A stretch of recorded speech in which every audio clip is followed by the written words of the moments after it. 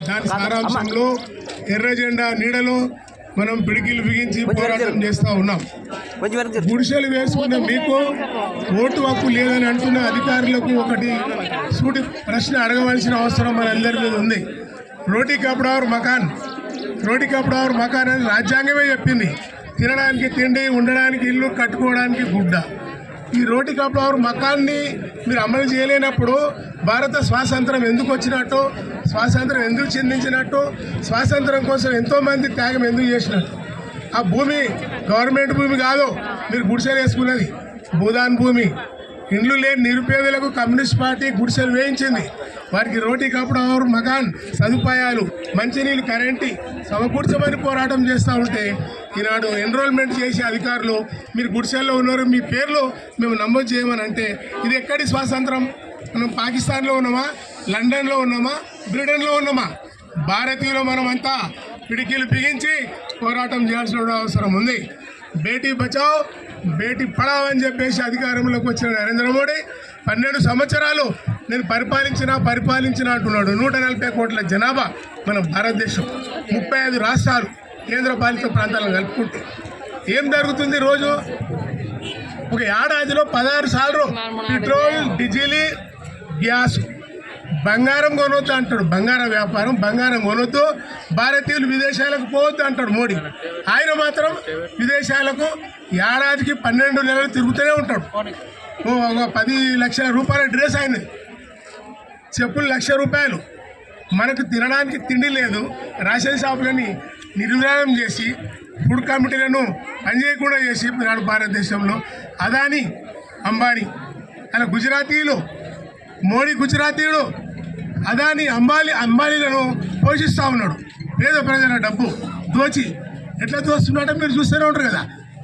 నిత్యావసర వస్తువులు, మెడిసిన్, మందులు, పిల్లల చదువులు, ఈ రకమైన డబ్బులు ఎక్కడ పోతే మనం వేసుకున్న ఈ గుడ్డలు, తిండి, అద్దాలు, బట్టలు అన్నిటిని కూడా ట్యాక్స్ కడతా ఉన్నాం మనం. అందుకని నేను ఎక్కువ టైం తీసుకొని ఒక విజ్ఞప్తి మీ అందరికీ, ఈ కమిటీ నాయకులందరికీ, మనము వంట వార్పు కలెక్టర్ ఆఫీస్ దగ్గర భార్య పిల్లలతో నైట్ అంతా వంట వార్పు చేసి ఇక్కడే వండుకొని తిని ఉందామా అనేది మీరు నాకు చెప్పాలి. వంట వార్పు కమ్యూనిస్ట్ పార్టీ ఆధ్వర్యంలో కలెక్టర్ ఆవరణలో భార్య పిల్లలు బొవ్వాన్లు, బాసాలు తెచ్చుకొని వండుకొని తినాలి.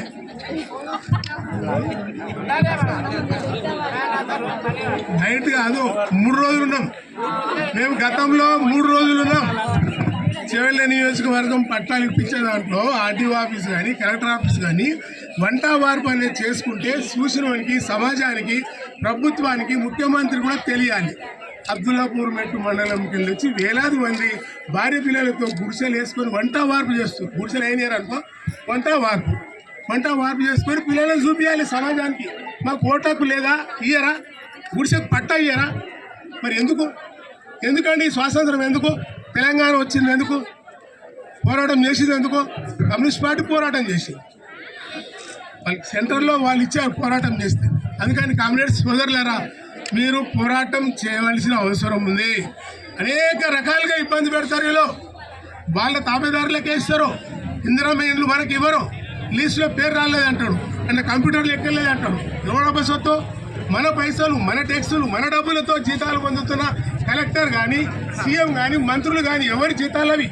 డబ్బులు మనవి, మన జనం డబ్బులతో జీతాలు తీసుకొని వేధిస్తే రేపు ఉదయం తిరుగుబాటు అనేది జరిగితే పరిస్థితి తారుమారు ఉంటుంది. కాబట్టి కమ్యూనిస్ట్ పార్టీ డిమాండు అధిక ధరలు తగ్గియాలి, గుడిసె వాసులకు నివేశన స్థలాలు పట్టాలు ఇవ్వాలి, ఓటర్ లిస్టులో పేరు చేర్చాలనేది కమ్యూనిస్ట్ పార్టీ డిమాండ్ అని తెలియజేస్తూ మీ అందరూ వంట వార్పు గురించి మీ మండల కమిటీలో చర్చించాలి. యాదిరెడ్డి, రవీంద్రాచారి,